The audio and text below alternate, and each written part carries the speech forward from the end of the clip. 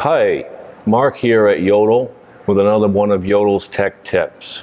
Today we're going to show you how to remove the top from the new F500 version 3 Oslo. What you're going to need is a 3mm Allen wrench, a 10mm socket, an extension, and a ratchet. The rear is held on by two M6mm set screws. You need a 3mm Allen wrench to remove them.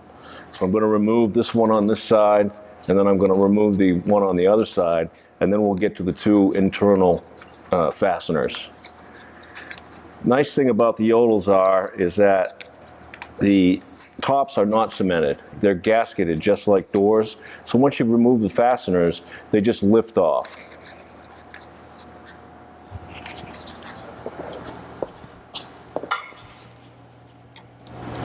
Okay, so now that we've got these loosened up, we can make our way around to the two front fasteners, which we have two M6 nuts. They take a 10mm socket.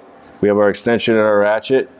They're real easy to get to right up here through the front. You can loosen them up. Once we get them loose, we can pretty much probably take them off finger tight since this is a relatively new stove. So I've now removed both fasteners. This side came out with just the nut and the washer. The other side, the nut and the washer and the set screw came out in all as one, which is not uncommon. Sometimes they stay in the top, sometimes they do not, but that's how they're fastened. It's this set screw with a washer and a nut, and that's just for ease of manufacturing. So at this point, it's free, and it's just going to come and lift right off, as you can see, for easy access. And to put it back on, just reverse the process.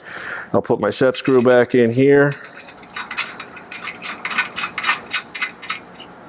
It's already in here on the other side. I want to be careful when putting this down not to damage this refractory, so I kind of carefully line this up as best I can, making sure that I'm forward rather than backwards so as not to mess up the refractory.